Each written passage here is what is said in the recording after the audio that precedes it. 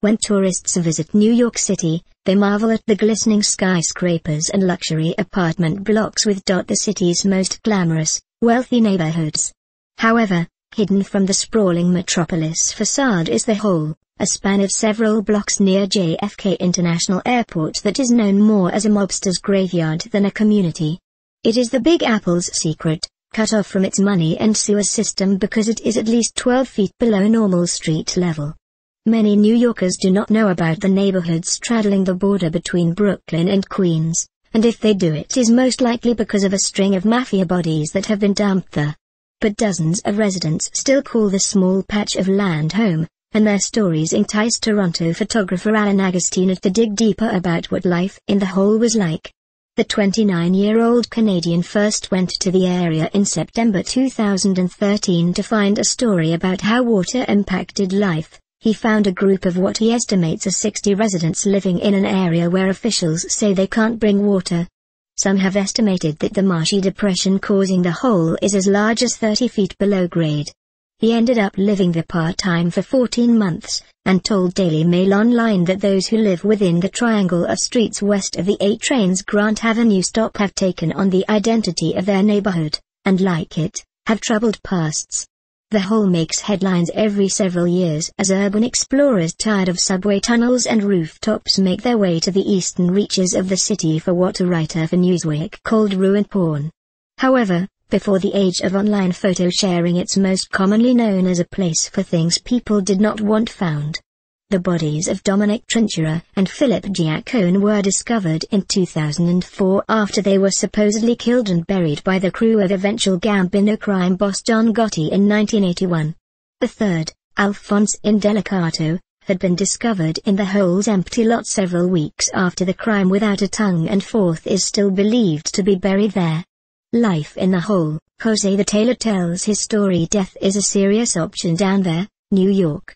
Decorated in the manner of Versailles, the mansion in Saddle River also has rooms dedicated to family dogs Brada, Fendi and Emilio Pussy, and a cat named Gucci.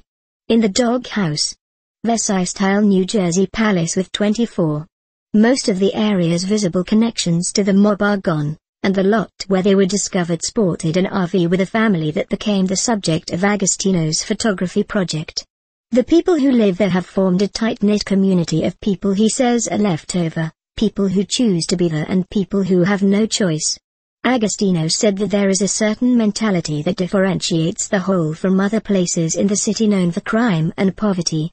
It's another rough neighborhood in New York, but it's also something different because it's a microcosm, he told Daily Mail Online of the empty lots often covered with marsh reeds.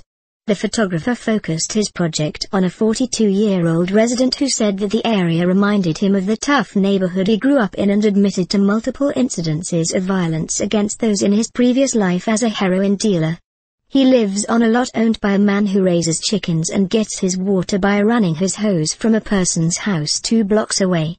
Life in the hole. Will the carpenter tells his story. Some of the wealthier residences have septic tanks and running water, but others find ways to get their water from people who live outside the hole. The city says it cannot build the sewer system because of the geography, with hopes for gathering enough funding to bring pipes into the area repeatedly petering out as changes didn't materialize. One spot where the hole does have water, however, is on the street.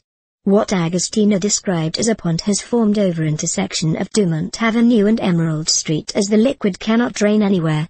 He said that very few people work, but that they spend 10-12 hours a day trying to improve their situation, such as one day when a group of men knocked concrete off of a piece of barrier to sell roughly $90 worth of steel inside. Roughly 60 to 70% of the people are active in the community, sharing items such as stolen baked goods whenever there's a windfall. The area outside the hole has diners and shops, though within the gradual depression there are few enterprises besides a liquidation company.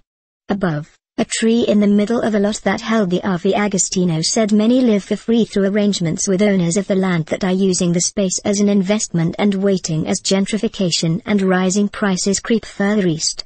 The area outside the hole has diners and shops, though within the gradual depression there are few enterprises besides a liquidation company.